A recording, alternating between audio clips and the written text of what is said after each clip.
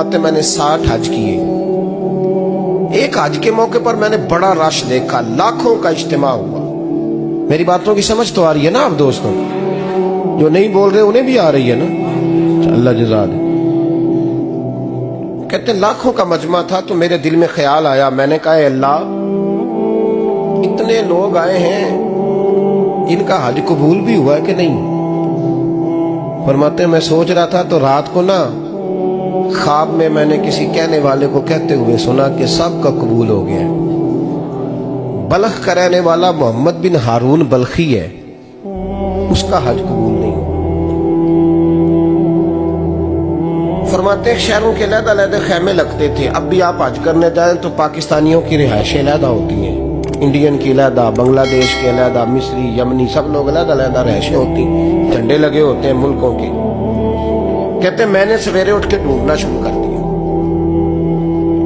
ढूंढता हूँ वो बंदा मिले। कहते जहां बल्ख शहर के लोग रहते थे वहां चला गया तो मैंने लोगों से पूछा तुम में मोहम्मद बिन हारून बल्खी कौन है? लोग कहने लगे वो तो बड़ा नेक आदमी है, परहेजगार है, बड़े भोले भाले, बड़े अल्लाह वाले, रियाज आपको बस हम ही जानते, वो तो बड़ा नेक है, परहेजगार आदमी। तो मैंने कहा अच्छा कहाँ है? उन्होंने कहा पहाड़ के पीछे उसने खैमा लगाया हुआ है, सारी रात इबादत करता है, सारा दिन रोजा रखता है, कायमुल लैल है, साइमुद दहर है। क्या बात? फरमाते मैं उन लोगों की बात सुन के हैरान हो गया कि मुझे क्या बताया गया, ये क्या कह रहे हैं? फरमाते मैं पहाड़ के पीछे गया। हज़रत मालिक बिन दिनार अलैहि रहमा फरमाते हैं जब मैं वहां पहुंचा तो मैंने उस शख्स को मुसल्ले पे बैठे देखा। कसरत इबादत के आसार उसके वजूद पर नजर आ रहे, सीधा बाजू उसका कटा हुआ था। फरमाते 2 रकते मुकम्मल करके ना मैंने उसे अस्सलाम वालेकुम कहा तो मुझे कहने लगा वालेकुम सलाम, आप मालिक बिन दिनार हैं? मैंने कहा बड़ी इसकी फिरासत है।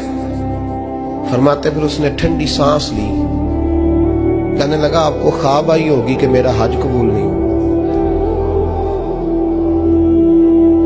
फरमाते मुझ पर और बिजली गिरी कि क्या कह रहा है? मैंने कहा यार लोग भी तेरी तारीफ कर रहे हैं और तेरी बसीरत भी बड़ी है, तो ये माजरा क्या है? कहने लगा आप ना पूछे। ये कह के उसने रोना शुरू किया, देर तक रोता रहा। मैंने कहा नहीं यार तू बता। कहने लगा नहीं आप ना पूछे, आप नाराज हो गए। मैंने कहा मैं नहीं होता, तू बोल ना। कहने लगा हुजूर 24 साल हो गए मुझे हज करते हुए, 24 साल, 24वां हज है मेरा, और हर साल कोई अल्लाह का वली आके बताता है कि जा चला जा तेरा कोई नहीं कबूल हुआ। बेपरवाही वेख सज्जन दी जिथे किसे दी पेश न जावे, उन्हें ताजा वाले दर दर रोले ते मंगते तख्त बिठावे, आजम किसे नु कारा मिलदा ही कोई काबे खाली आवे। कहते हैं उसने मुझे कहा हुजूर 24वां हज है, हर साल कोई बताता है। मैंने कहा तेरी गलती। कहने लगा मैं अपनी माँ का नाफरमान। मैंने कहा वाकया क्या हुआ? कहने लगा हजरत अल्लाह ने मुझे दौलत दी, माल दिया, जमीनें दी तो मैं अय्याश हो गया। इमाम मालिक बिन दिनार रहमतुल्लाह अलैह फरमाते हैं मुझसे कहने लगा पैसे आए तो मैं अय्याश हो गया। रमजान का महीना था, असर के बाद मेरी अम्मा इफ्तारी की तैयारी कर रही थी, मैं गया, मैंने कहा शराब पी हुई, अम्मा रोटी दे, तो अम्मा कहने लगी शर्म कर, शर्म कर, रोजा रखा नहीं तो जिन्होंने रखा है उनका तो ख्याल कर। कहते अम्मा की बात का मुझे गुस्सा लगा। मैं कहा करता हूं बदनसीब है वो बेटा जिसका बाप उससे बात करते हुए डरता है कि पता नहीं कहां से बोलेगा।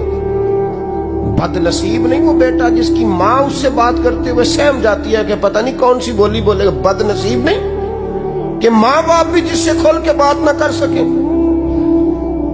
हजरत मालिक बिन दिनार से कहने लगा अम्मा ने जब कहा ना शर्म कर तो मुझे गुस्सा आया, मैंने माँ को थप्पड़ मारा और मेरी माँ जलते हुए तंदूर में गिरी।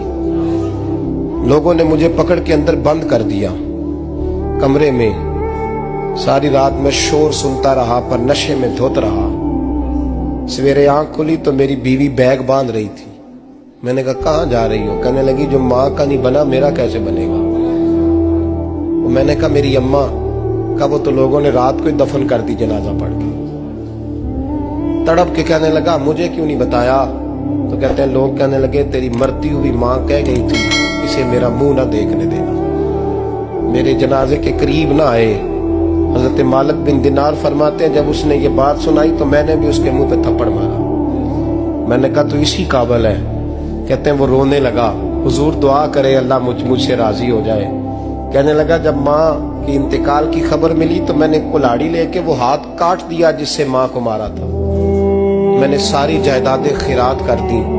24 سال ہو گئے، 24 سال ساری رات نماز پڑھتا ہوں، روزہ رکھتا ہوں، حج کرتا ہوں، پر ہر سال کوئی آ کے کہتا ہے جا دوڑ جا تیرا کوئی نہیں قبول ہوا۔ حضور دعا کرے مالک راضی ہو جائے۔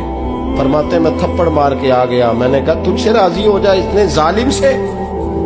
امام مالک فرماتے رات کو آ کے سویا تو مجھے خواب میں رسول پاک کا دیدار ہوا۔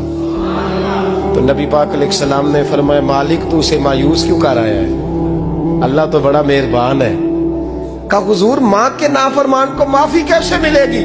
تو امام مالک فرمانے لگے نبی کریم نے فرمایا جا اسے جا کے بتا دے تجھے قیامت میں تیری ماں کی وجہ سے بخش دیا جائے گا۔ کہا حضور اماں کی وجہ سے کس طرح؟ تو محبوب فرمانے لگے اس کی ماں قیامت میں اس کے خلاف مقدمہ دائر کرے گی رب کریم کی عدالت میں، اے اللہ میں نے 9 ماہ پیٹ میں رکھا، درد سہ کے اسے جنا، جگر کا خون پلا کے پالا اور اسی نے مجھے قتل کیا۔ رب کریم اس کی ماں کا مقدمہ سن کے کہے گا اٹھاؤ اس کو دوزخ میں پھینکو، اس نے ماں جلائی تھی اسے بھی جلاؤ۔